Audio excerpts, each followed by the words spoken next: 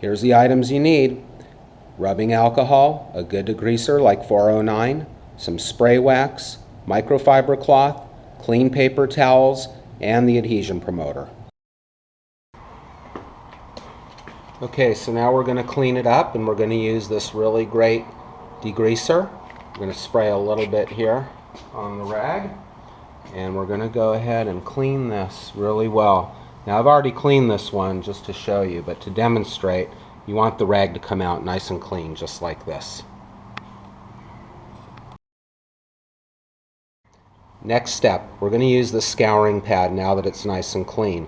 And what we're going to do is we're going to scour this up and scratch it up on the flat surface.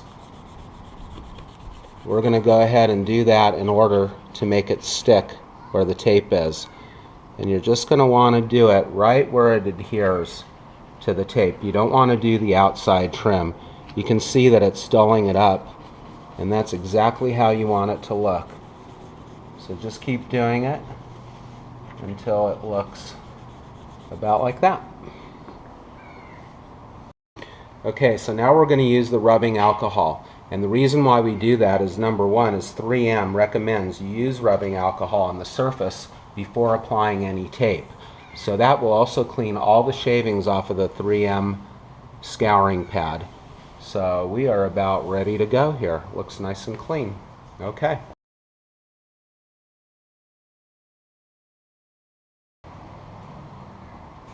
We're going to now do our test fitting. And first thing you're going to want to do is open up the back door. That's going to give you a lot more room.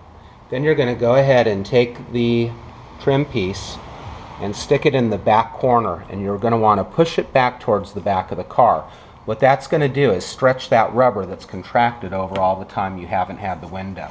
There's another square plug here. That's going to push right in. Then you're going to put your pin in there. As you can see, that's a nice fit. We're also going to stick that pin in the bottom. Now it stays there on itself, which is really a good sign.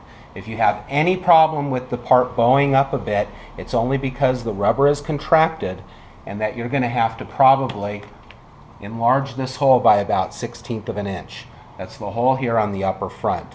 So once you've done that, go ahead and try to test fit it again, just like I've done, so it fits in nice and tight.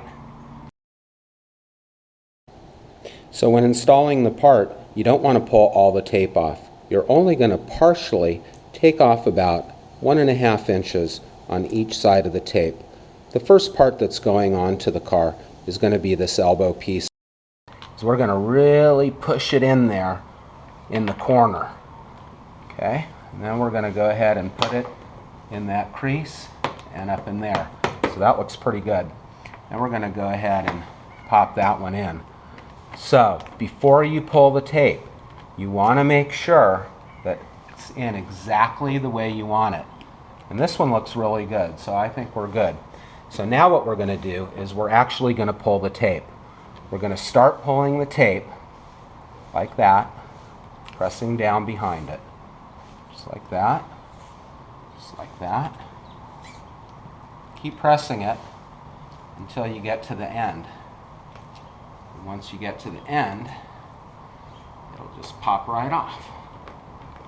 So that one's all set, ready to go. The next one is you're going to start pulling that one. And pulling it. Make sure you don't break it inside there.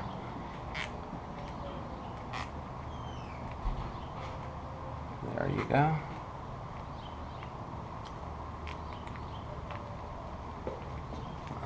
Okay. That's a perfect fit. We're all ready to go. And here we are. We're done. And we're going to use the microfiber cloth. The microfiber cloth is a great cloth to use because it really doesn't scratch up. But this gives it a nice wax coating on it. Keep it protected. Every once in a while, hit it with a little wax, and it's going to look fantastic. Well, thanks for tuning in on the YouTube video. I hope this helps you install the Lexus RX 330 rear quarter window trim.